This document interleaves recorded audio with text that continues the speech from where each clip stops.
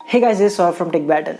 सो ये है iPhone 8 Plus जो कि मैं अभी यूज करता हूँ, जो कि लॉन्च हुआ था सितंबर 2017 में। वो टाइम मेरे भाई ने इसे खरीदा था और 1.5 साल इसे यूज किया। उसके बाद से मैं इसे यूज कर रहा हूँ। तो ये फोन अराउंड 3 साल पुराना है और मेरा मानना है कि काफी अच्छा फोन है और आज भी कंपेरेबल है लेटेस्ट फ्लैगशिप से। तो आज इसका करते हैं एक लॉन्ग टर्म रिव्यू और देखते हैं कि 2020 में ये फोन लेने लायक है या नहीं। तो ये वीडियो पूरा आप एंड तक देखना, जिसमें मैं कंक्लूड करूंगा कि ये फोन आपके लिए बेटर है या नहीं, और अगर आपके पास ये फोन ऑलरेडी है तो आपको अपग्रेड की जरूरत है या नहीं। तो चलिए स्टार्ट करते हैं।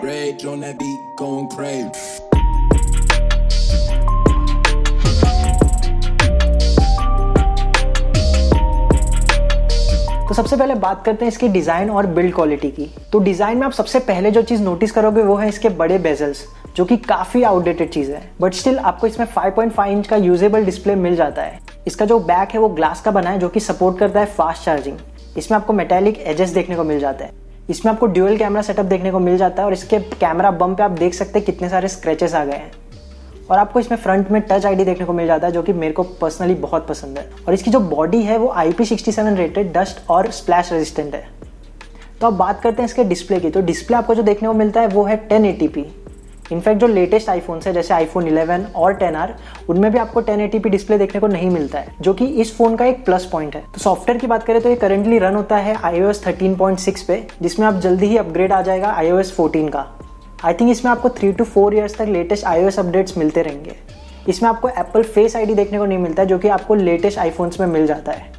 तो अब बात करते हैं इसकी परफॉर्मेंस की। इतना पुराना फोन होने के बाद भी ये बहुत ही अच्छी परफॉर्मेंस देता है। ऑफ कोर्स नए आईफोन्स और इसके रेंज के जो एंड्रॉयड फोन्स हैं वो इससे बेटर परफॉर्मेंस देंगे, बट फिर भी आप सब टाइप के गेम्स वगैरह एकदम स्मूथली चला पाएंगे। इनफैक्ट मेरे पर्सनल ओपिनियन में ये PUBG के लिए एक आइडियल फोन है, बिकॉज इसके जो बेजल्स हैं वो PUBG खेलते टाइम काफी हेल्प करते हैं, जिससे आप कंट्रोल काफी अच्छे से कर सकते हो। इसमें आप PUBG अल्ट्रा HDR सेटिंग्स पे भी अच्छे से खेल पाओगे, thanks to A11 bionic chip, जो कि इससे आज तक इतना अच्छा परफॉर्मेंस देता है।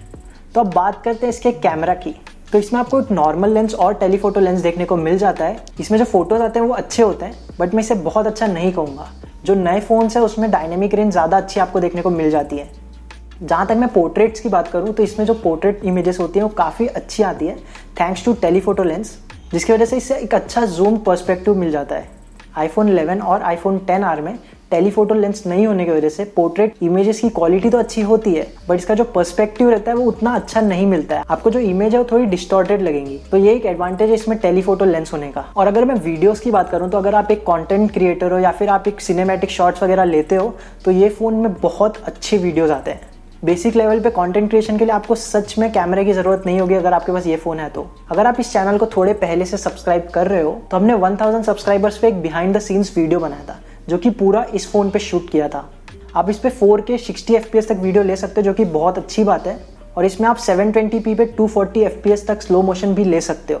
तो ओवरऑल कैमरे की बात करो तो इसमें एक अच्छा कैमरा आपको देखने को मिल जाता है। तो अब बात करते हैं इसके बैटरी की। तो इसकी जो बैटरी है वो बेकार लगती है मुझे। हैवी परफॉर्मेंस पे तो बहुत जल्दी खत्म हो जाती है।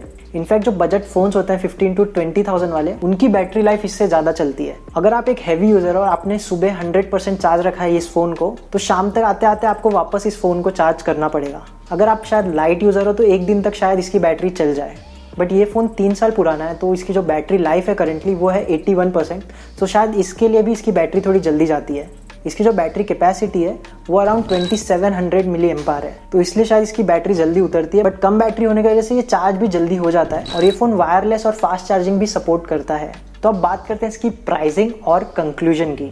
तो अभी करंटली अमेजॉन ऑफर में ये आपको 39,900 का मिल रहा है, जो कि इसके लिए एक अच्छी प्राइसिंग है, बट बेस्ट तो मैं नहीं बोलूँगा, क्योंकि वो रेंज में आपको काफ़ी सारे अच्छे एंड्रॉयड ऑप्शंस देखने को मिल जाते हैं। तो अगर आपको एप्पल इकोसिस्टम में जाना है, मतलब एप्पल का ही फ़ोन चाहिए आपको, तो इस रेंज में आपको iPhone SE नया वाला मिल जाता है, जो कि इससे काफ़ी अच्छी परफॉर्मेंस देता है। पर उसमें एक ही प्रॉब्लम है, उसकी स्क्रीन साइज़ बहुत छोटी है। और स्क्रीन साइज़ छोटी होने के साथ साथ उसके बेजल्स भी इसकी तरह ही बड़े हैं, तो आपको जो यूजेबल डिस्प्ले होता है वो काफ़ी कम मिलता है।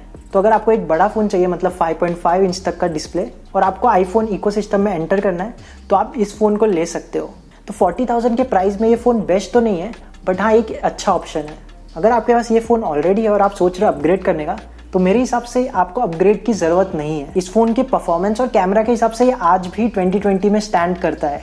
आई होप आपको ये वीडियो पसंद आया होगा। अगर आपको कोई भी क्वेरी है तो मुझे कमेंट करके ज़रूर बताएं। आने वाले वीडियो के लिए टेक बैटल को सब्सक्राइब ज़रूर कर दें। मैं मिलता हूँ आपसे नेक्स्ट वीडियो में।